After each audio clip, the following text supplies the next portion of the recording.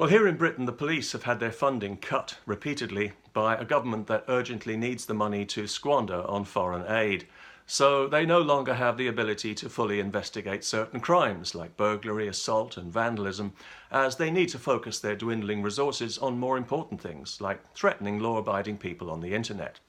It's become quite the thing for UK police to issue Orwellian warnings on social media that we'll be arrested if we engage in something called hate speech. It's the first thing we hear from them after every Islamic massacre. Well, see for yourself. There'll be another one soon. Hate speech is free speech that hurts people's feelings. It's illegal in Britain because we don't have a First Amendment to protect us from this kind of arbitrary police state law. And the police, for reasons best known to themselves, pay special attention to internet hate speech. They're always telling us how seriously they take it. It's almost as if they prioritise it over real crime for some kind of ideological reason, because it seems they're all over social media, combing out thought criminals like head lice, even though the official legal guidelines make it clear that there's a very high threshold for prosecuting internet hate speech, and that it should only be done in very exceptional circumstances. So you have to wonder why police pay such close attention to it, and why there have been so many arrests, even though it's easy to block people on social media and nobody has to hear from anyone they don't want to. Thousands of people have been arrested in London alone over the last 5 years for comments posted online, while burglaries and other crimes, physical crimes that actually hurt people, are being ignored. Now, what do you think could account for such twisted priorities?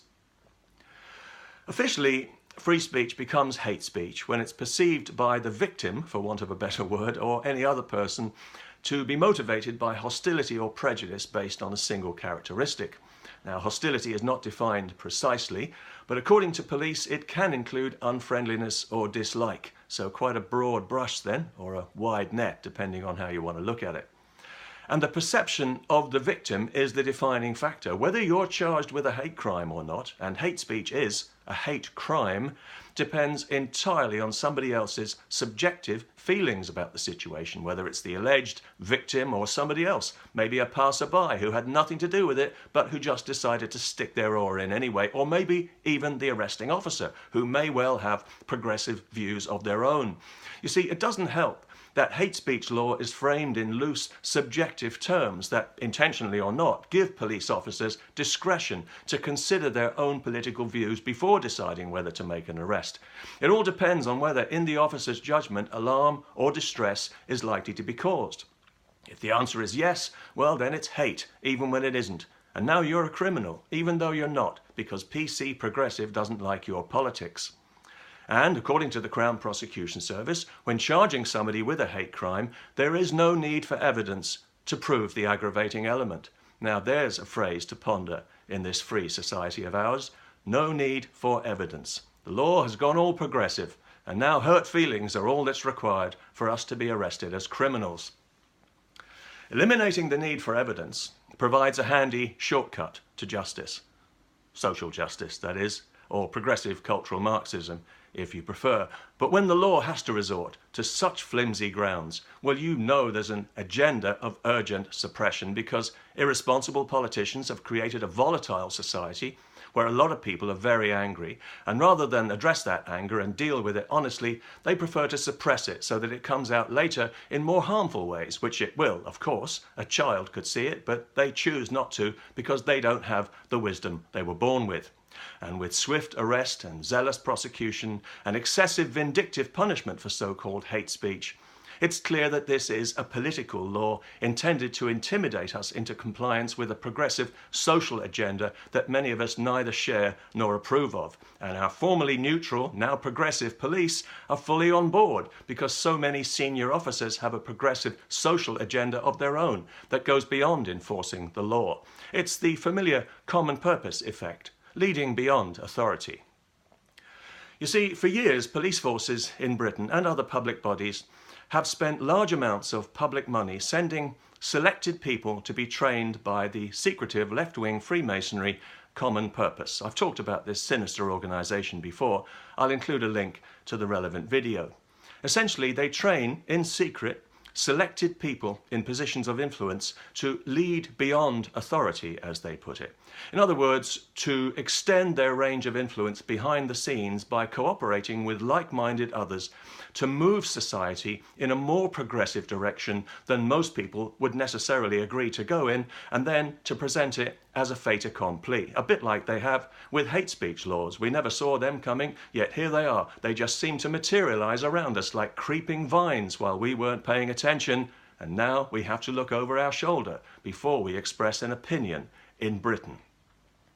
When a third of British people in a YouGov poll say they're afraid to speak their mind on immigration or religion in case they get arrested, we know we've got a serious problem, and it's not Islamophobia, despite what you may hear from our progressive common purpose police, who are always telling us how important diversity is, as if it's got anything to do with them, and also how keen they are to engage with communities, which sounds promising at first, as you think it might mean rooting out the antisocial feral scum who blight the lives of everyone around them day to day, but no, it's just another euphemism for pandering to Islam. Recently, Lincolnshire police were so keen to engage with communities that despite their lack of funds, they found the money to make a video literally promoting Islam in the UK, leading beyond authority and then some. I think most people would say that the best way for police to engage with communities is to enforce the law in a way that makes people understand clearly that this is Britain, not Pakistan or Somalia. Yet only 5% of Muslim so-called honour crime is ever prosecuted. Earlier this year, when a Sikh police officer spoke out about it, he was disciplined for telling the truth.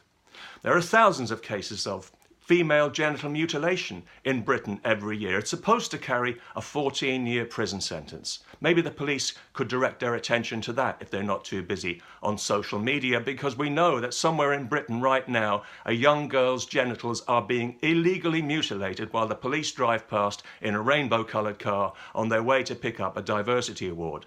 Hundreds of Islamic State terrorists are walking our streets right now, unarrested and undeported. We're all just waiting for one of them to commit mass murder, while our police and prosecution service obsess about law-abiding people using nasty words on the internet. Do you smell a rat? When it seems that you're as likely to be arrested in Britain today for being abusive on Twitter as you are for gang raping a child, maybe even more so. You see, gang raping children often involves sensitive cultural issues, and the police have to tread carefully, as enforcing the law can often offend certain communities. Of course, it's regrettable that thousands of young girls are repeatedly raped and have their lives destroyed by organised gangs of Pakistani Muslims, while the police know all about it for years and years and do absolutely nothing except demonise the victims and arrest their angry parents. But at least nobody in authority gets called an Islamophobe or a racist. And that really is the most important thing, isn't it, Chief Constable, for community cohesion?